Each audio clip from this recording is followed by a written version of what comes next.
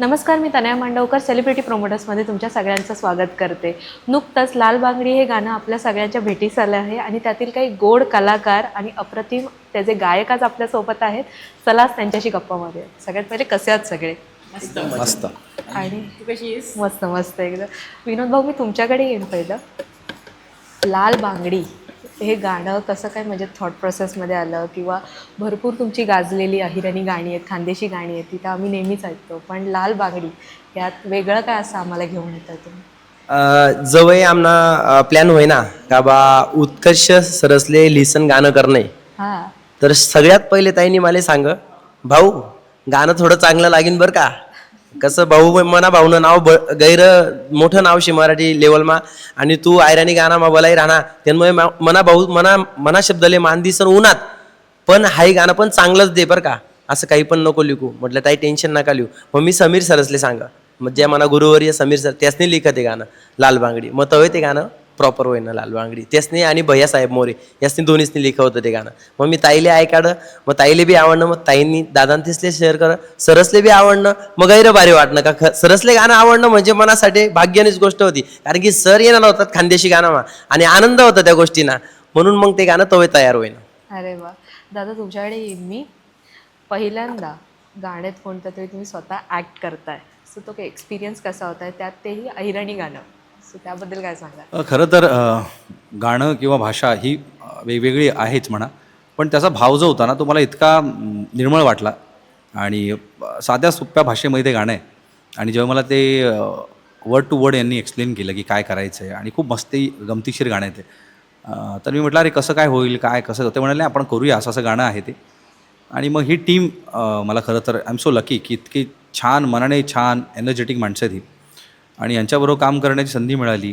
काय असतं ना की आपण बऱ्याच लेवलवरती आपण कामं करत असतो, आपल्याला वाटतं की अरे हे म्हणजे खूप वेगळं काम आहे, पण तसं नाही आहे. जे रूट्स किंवा जमिनीशी जुडलेलं असतं, ज्याला आपण लोकगीत म्हणतो, तर ते वेगवेगळ्या प्रकारचे लोकगीत करण्याची संधी मिळते. आणि हे एक वेगळं लोकगीत आहे खरं तर खानदेशमधलं, की जे मॉडर्न टच आहे त्याला, पण बास त्याचं लोकगीताचं आहे, लिखाण त्याचं लोकगीताचं आहे, शृंगार याच्यावरती बोललं गेलेलं आहे, आणि खूप मजेशीर गाणं आहे. म्हणजे त्यांनी खूप ही ना गट्टी जमवली आहे की गाणं दिसताना खूप फिल्मी दिसतं आहे, लिहिलं आहे खूप ग्राउंडेड, लोकगीताचा बाज असलेलं, म्युझिक खूप ग्राउंडेड आहे, लोकगीताचा बाज असलेलं आहे, पण गायलं आहे खूप वेस्टर्नाइज फॉर्ममध्ये. तर हे गाणं मी ऐकल्यावरती म्हटलं अरे हे खूप वेगळं एक्सपेरिमेंट आहे, आपण करूया. मग त्यावेळेला जेव्हा कळालं की अशा अशा प्रकारचे कोरिओग्राफर्स असणार आहेत, किंवा असा आपला पंकज असणार आहे तो DOP करतो आहे, किंवा एडिट अशा प्रकारचं होणार आहे, नाशिकमध्ये आपण शूट करूया. तर मी खूप जास्त खरं तर इंटरेस्ट दाखवला की आपण करूया, लगेच करूया. आणि मग आम्ही एका दिवसामध्ये पूर्ण अर्ली मॉर्निंग सुरू केलं, आणि रात्रीमध्ये गाणं आमचं शूट झालं होतं खरं तर. आणि खरं तर ह्या मुलांचीच एनर्जी इतकी डेंजर आहे ना, नव्याने आपण शिकतो वेगवेगळ्या कलाकारांबरोबर असताना. बऱ्याच वेळेला आम्हाला म्हणजे जे माझं आहे की मी आहे ना कुठल्या सिनियर कलाकारांकडे असेल तर मला असं वाटतं की मी ह्यांच्याकडनं काय काय शिकू, मी ऑब्झर्व करत असतो. पण नकळतपणे मी ज्या वेळेला ह्यांच्याकडे गेलो तर मला असं वाटलं की ह्या मुलांची एनर्जी किती भारी आहे. तिकडचे जे बॅक डान्सर आपण ज्यांना म्हणतो, ज्युनियर आर्टिस्ट, ते पण दमत नव्हते.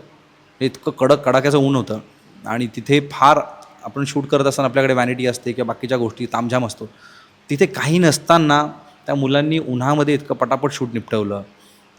आणि ते मी म्हणेन ना की त्यांच्या एनर्जीला सॅल्यूट आहे खरं तर.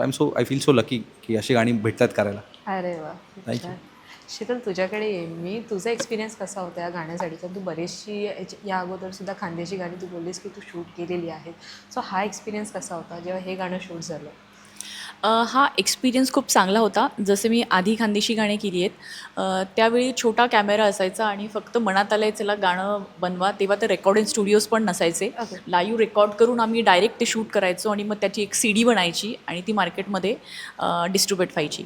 तर त्यानंतर आता परत खानदेशी हे गाणं करताना थोडंसं अपडेट झालं आहे, फार नाही पण थोडंसं झालं अपडेट आहे. एक चांगल्या कॅमेऱ्यावर शूट होतं आहे, सगळेजण एकदम म्हणजे मराठी किंवा हिंदी गाणं आपण बनवतो त्या टाईपमध्ये बनवतात, त्याचं म्युझिक इतकं छान बांधलं गेलं आहे, आणि लोकांचं प्रेम पण खूप मिळतं आहे आजकाल खानदेशी गाण्यांना. लग्नांमध्ये खानदेशी गाणी वाजायला लागली आहेत. फक्त इतकंच आहे की अजून योग्य तसा प्लॅटफॉर्म मिळालेला नाही आहे. म्हणजे सिनेमा त्याच्यावर बनला आहे, म्हणजे मी स्वतः केला आहे खानदेशी सिनेमा.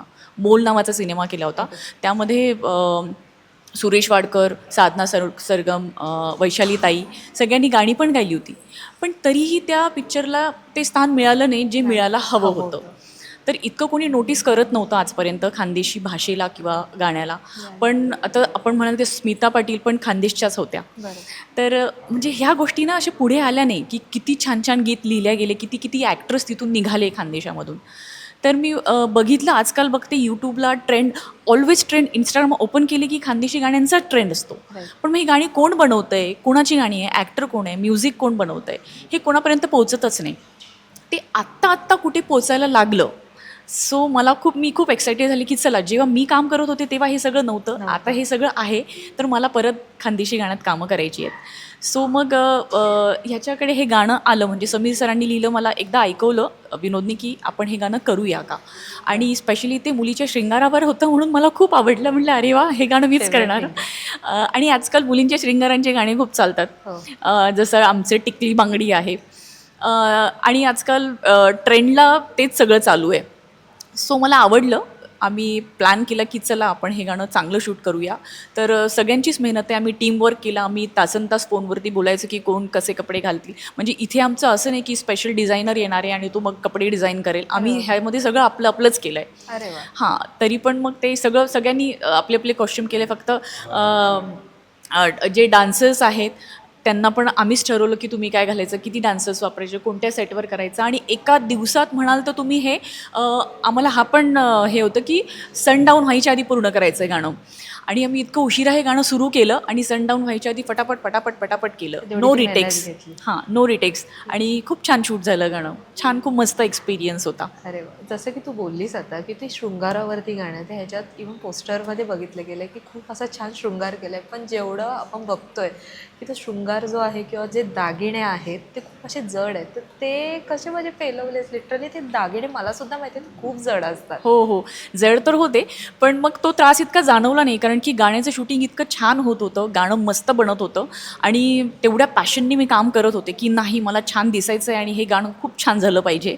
सो त्या सगळ्या गोष्टींकडे मी लक्ष नाही दिलं. पण जेव्हा मी घरी गेले तेव्हा लक्षात आलं माझ्या जेव्हा माझे कान दुखत होते, जेव्हा माझे पाय दुखत होते, पण जेव्हा काम करत होते तेव्हा मला लक्षात नाही आलं. मी खूप छान कॅरी केलं सगळ्या गोष्टींना. बरं, लाल बांगडी हे गाणं तर तुमचं उत्कृष्ट गाजतंच आहे, पण त्यासोबत एक बँगल्स म्हणून पण गाणं आलं आहे. सो ते बोलतात ना, एक असं सिमिलॅरिटी असं हे वाटतंय. हा निव्वळ योगायोग आहे. म्हणजे संजू राठोडजींचं पण हे गाणं आलं आहे आणि आमचे अगदी वेळेतच सेम टायमिंगला हे गाणं आलं आहे. बऱ्याचशांना हे वाटतंय की आम्ही कॉपी केलं आहे. हां, वाटतंय, पण ह्याचा जो ऑडिओ ना इंस्टाग्राम प्लॅटफॉर्मवरती 1 ते 1.5 महिना आधी आला आहे. फक्त आमचं रिलीज थोडं उशिरा झालं, कारण आमचे काही ॲक्टिव्हिटीज थोडे प्लॅन केलेले होते प्रमोशनसाठी. सो आम्ही हे रिलीज उशिरा केलं, पण हे गाणं आधीच बनलेलं आहे आणि याचा व्हिडिओ ऑडिओ 2 महिने अगोदरच आहे बनलेला. सो कॉपी नाही. संजू राठोडजी पण खानदेशचीच आहे आणि खानदेश जेवढे कलाकार आहेत, म्हणजे आम्ही पण खानदेशचेच कलाकार आहोत, ते आपल्यामध्येच स्वतःमध्येच एक ब्रँड आहेत. सो कोणाचं कॉपी करून ते मोठे होऊ शकत नाही. सगळे आपल्या हो. सो कोणीच कोणाचं कॉपी नाही केलेलं. हे ऑलरेडी आमचं गाणं होतं. पण हा योगायोग इतका छान आहे की 2 खानदेशी स्टार आहेत, म्हणजे विनोद कुमावत आणि संजू राठोड, ह्या दोन्ही स्टार्सचे गाणे सोबत आले आणि लाल बांगडीवरच आले. हा निव्वळ योगायोग आहे. खरंच खूप छान. उत्कर्ष दादा, मी तुमच्याकडे येईन. एक सेकंड. तुमच्याकडे येईन म्हटलं मी. तुम्ही एक उत्तम गायक आहात आणि आज तुम्ही पहिल्यांदा एका खानदेशी गाण्यात ॲक्ट केलं आहे. पण ह्या गाण्यातलं तुमचं सगळ्यात आवडलेलं कडवं मला तुमच्या तोंडून ऐकायला खूप आवडेल. मला मुखडाच याचा इतका इम्पॅक्टफुल वाटतो ना की एक मुलगी पास ऑन होती आहे आणि तिला बघून ते जे काही त्यांचं नरेशन आहे त्या 2 मुलांचं, तेच म्हटलं अरे बहुत मस्तीवाला गाणं आहे. कारण का हे ना अशी गाणी 90sमध्ये गोविंदा, अन्नू मल्लिक यांनी बनवली आहेत, गोविंदा यांनी ॲक्ट केले आहेत किंवा गणेश आचार्य यांनी केले आहेत. तर मी जितक्या फिल्म्स करतो त्यापैकी 99% माझ्या जितक्या फिल्म्स आहेत त्या सगळ्यामध्ये कोरिओग्राफर गणेश आचार्य आहेत. तर मला जो काही डान्स जमतो मी त्यांच्याकडनं शिकतो, एवढंच आहे. आणि हे जेव्हा मला गाणं ऐकायला तर मला ना डोक्यात ते होतं, गोविंदा आणि अनिल कपूर यांची एक फिल्म आली होती दिवाना मस्ताना, असं काहीतरी फिल्मचं नाव होतं. माझ्या डोक्यात तोच कॉन्सेप्ट की अरे हां, असं काहीतरी करूया आपण, मस्ती करूया. आणि म्हणून ते झालं आणि मग गाणं उत्तमच होतं. तर त्याचे लिरिक्स एक मिनिट. एखादा छोटासा तुम्ही बोललात की तसं तुम्हाला मुखडा आवडतो, तर थोडासा गाणं.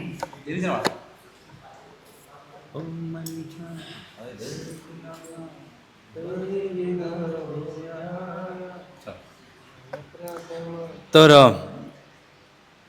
गाणं असं लिहिलं की ओ मनी जान दिल तू ना नाव करे दिना ओ यार, तू ना नखरा कमाल कर दिल ना बेहाल, कबूल कर मना प्यार, तू कबूल कर मना प्यार. टिकली हाय बांगडी, टिकली हाय बांगडी, चमचम टिकली लावणी पोर, लाल लाल बांगडी घालनी पोर, चांदणी रातला दिखनी पोर, लाल लाल बांगडी घालनी अरे पोर. वा, घालून आली ती स्पेशली लाल बांगड्या घालून आली आहे. हे छान, छान, किती छान. सोप्या भाषेत वर्णन केलं आणि खूप है ना मिश्किलपणे तो सांगतोय मुलगा की काय मुलीचं वर्णन आहे. कुठेच आपल्याला हे गाणं ना वल्गर वाटत नाही, नाही. अजिबात मजा आली खरं तर करायला. आम्हाला सगळ्यात जास्त टेन्शन हे आलं होतं जेव्हा शूट करायच्या पहिला आमचा प्लॅनिंग झाला होता. मराठीत बोलतो कारण की मराठी पब्लिक नाराज नको व्हावले. त्या म्हणतीन हाऊ भाऊ उन्हात फक्त खानदेशीच बोलली ना असं नको व्हावले. मराठी लव यू, मी मराठी पण बोलस आणि आयराणी पण बोलस, पण मला गाव आयराणी भाषामा आहे आणि मी आयराणीवर जास्त प्यार करस, मराठीवर बी तिथलाच प्यार करस. तर मित्रांनो जेव्हा आम्ही गाणं करायचं ठरवलं तर सगळ्यात पहिलं प्रत्येक गोष्ट नोटीस केली होती कारण की सरांची रील, सरांचं शूट असताना बऱ्याच टायमाला मेकिंग व्हिडिओ बघितले.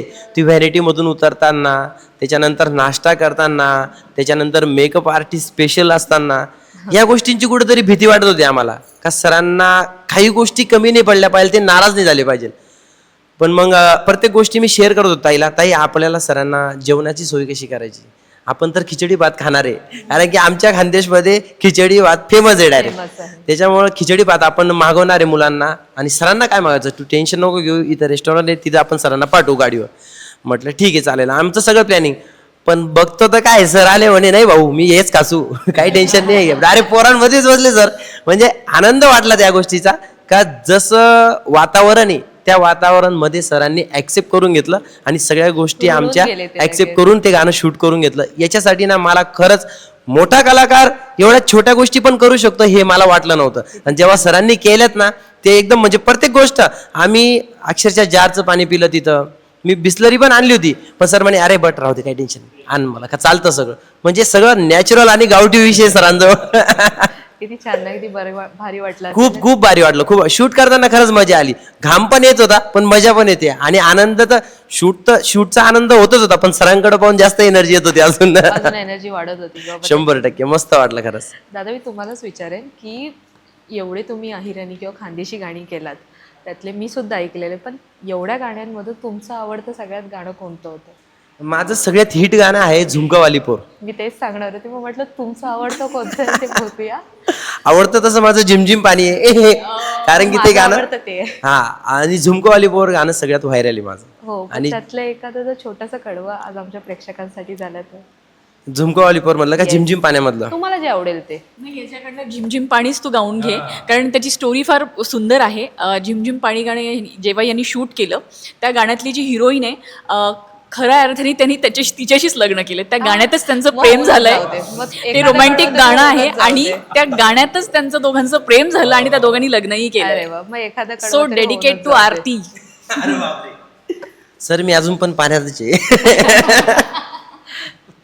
त्या गाण्याच्या 2 लाईनी मी सिंगर नाहीये पण तरी गाण्याचा प्रयत्न करतोय. चूक भूल माफ करावी. तर त्या गाण्याच्या 2 लाईनी अशा आहे. पोरिये मन सात मा या झिमझिम पाणी मा, पोरिये मन सात मा या झिमझिम पाणी मा, दे आंगले आंग लाई या सावन महिना मा,